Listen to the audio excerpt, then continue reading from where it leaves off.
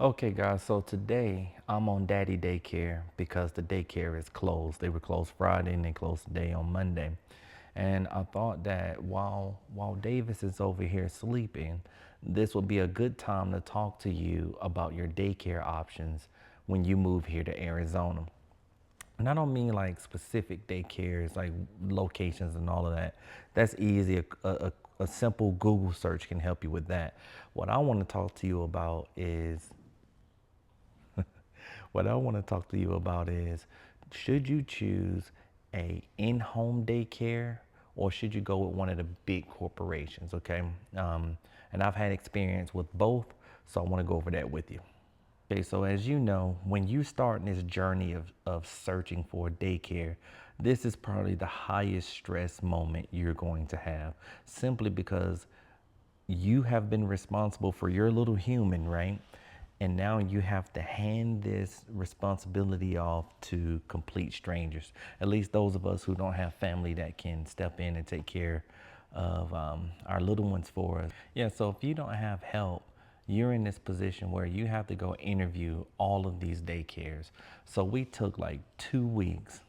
And during these 2 weeks, we spent a lot of time just hopping from daycare to daycare to figure out what they like, because as you're building your little human up, you have a routine that you're used to, and obviously you're going to change this routine or enhance it. Hopefully it's an enhancement when you start daycare services. So things like diet, that's going to be important, and you need to know that when you say, hey, my child has a allergy to something, whatever daycare you choose, they're paying attention to that, okay?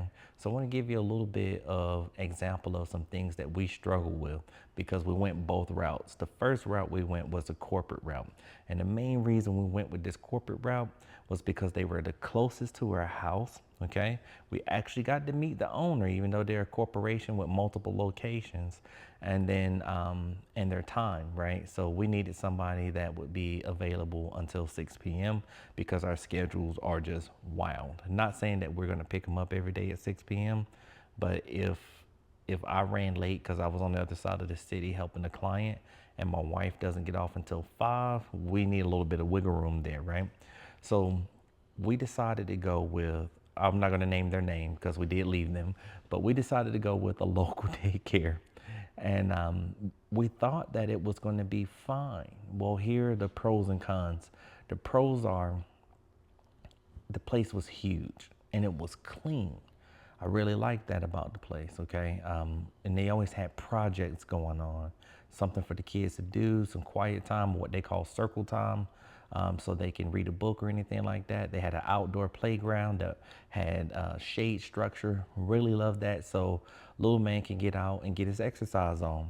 And I like the idea of him being around other kids his age to work on his social skills. Now, we'll tell you, I read later that up until 3, social skills mean nothing, okay? So I learned that later on, and that's just something that you're gonna have to deal with as you go by, okay?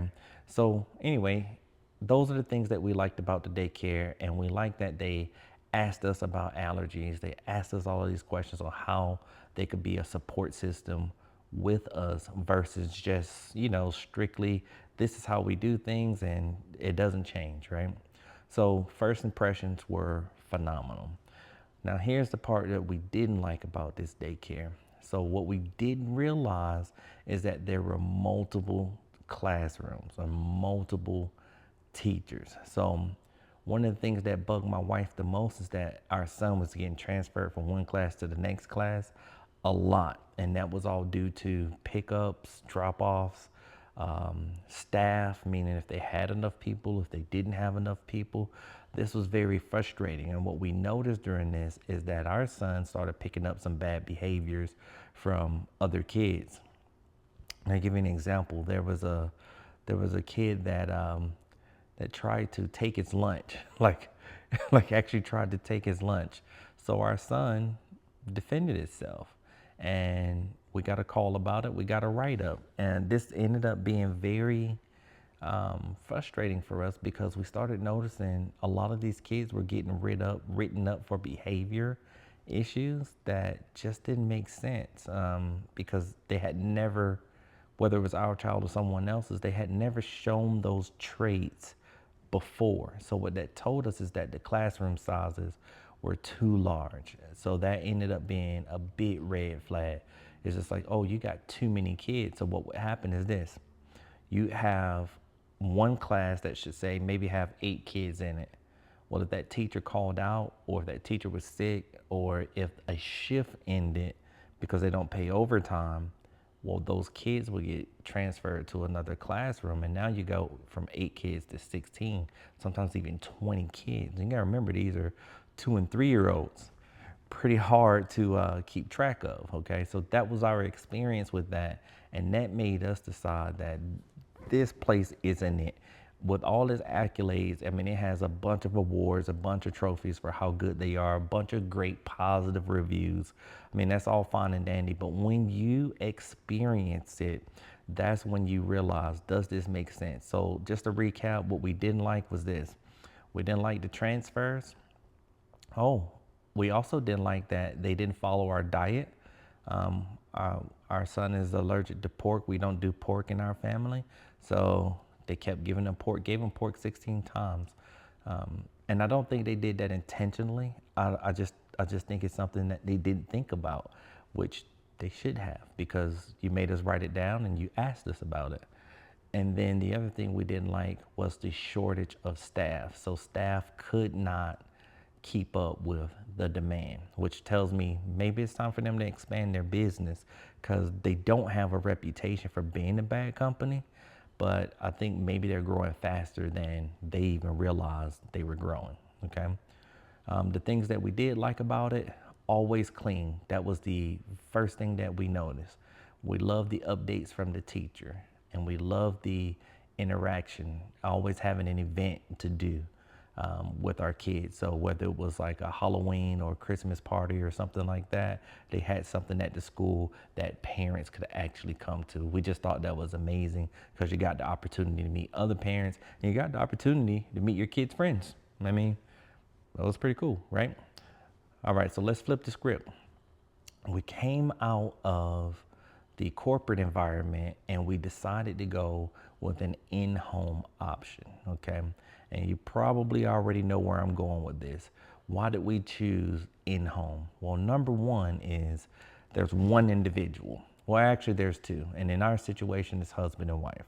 But what we liked about that is this: those two people don't change. Like, you are so used to those people that they're basically an extension of your family, okay? The second thing we liked is that because it's in home, there's not a shift change. Like, the person you greet in the morning to drop off and the person you say goodbye to on pickup is the same person, okay? The only time it's not that person is if they have a personal doctor appointment or something like that. But the other person, you know them just as well. So we love that. And the third thing we liked is that it's smaller. So by state law, they can only have 10 people with an assistant. We love that fact because we know that there won't be more than that, right? They won't go over that. So our at-home daycare provider is maxed out, and we love the fact that she is maxed out, because the kids in that class will be the kids forever until parents decide to pull those kids out for whatever reason, right? Maybe they move, or maybe they just outgrow it, or maybe somebody comes home and now they're on one income versus two. Okay, so those are things that we love about the in-home. So do we feel like we are missing anything? Absolutely not. In fact, I think that the education is better because it's more one-on-one. And what I noticed that they kind of operate this place like a Montessori, because the kids can be different ages. So we had a 2-year-old. He's turning 3 now, but he would be in there with a 5-year-old, maybe a 7-year-old, maybe a 1-year-old, maybe so all different age groups. And what I liked about that is each one was teaching one, right? And that's what we're currently doing. And another thing that I thought was that you, our provider is able to teach Davis on his level. We did so much work at home to make sure he speaks well, and he can identify his alphabets, his numbers, and he's working on reading and all of that. She just piggybacks off of that and keeps us informed to make sure we're actually on the right track and he's on the right track. So I love that feature because he's getting the right attention that he needs. The other thing that I like, and this is the most important thing that me and my wife discuss, is the fact that the dietary control is superb, okay? Because this is an at-home facility, they have access to stove, microwave, refrigerator. So if we need to bring lunch, that's never been a problem. Whereas at the corporate place, depending on the one you select, that could be a problem. And it's something that we just didn't think about, so learn from our mistakes. Ask them if they have access to those things. Like, do you have a microwave? Do you have a stove? Do you have a refrigerator? What we learned on all of our tours, a lot of them don't. And a lot of them don't want you to bring food because other kids get jealous. And I think that goes back to being too many people in too many kids in one classroom. So anyway, let me finish up what we were talking about. So the at-home daycare, okay, let's just wrap it up here. What we like is this. It's a more controlled environment, okay? We actually feel like we're getting better than what we would get from a corporate location because we can focus on the education. We can focus on those important developmental milestones. And the updates are a lot more, meaning that if the corporation is maxed at, I don't know, 5 updates per day, right? At the at-home, we're getting updates like almost every hour on the hour, pictures and conversations, and we know exactly what's going on. There's no surprise, and we just love that feeling. We feel like instead of dealing with a business, we're dealing with somebody who is a part of our family. Okay, so that makes sense to us, and I hope this helps you on your journey as you move here to Arizona and you're getting settled in and you're trying to figure out where to go and who your tribe is and what are you going to do with the kids. I hope this is good information for you. And if you need some referrals to some of the good daycares in the area, whether they're at home or corporation, make sure you reach out to me. I'll put my number down here at the bottom. And if you just want to figure out what part of town you want to live in, whether that's East Valley, West Valley, Central, I've been all over this place and I can tell you every single little hole that's here. That way you know where your tribe is and you can get rocking it ASAP. Hey, look guys, I'll see you on the next one.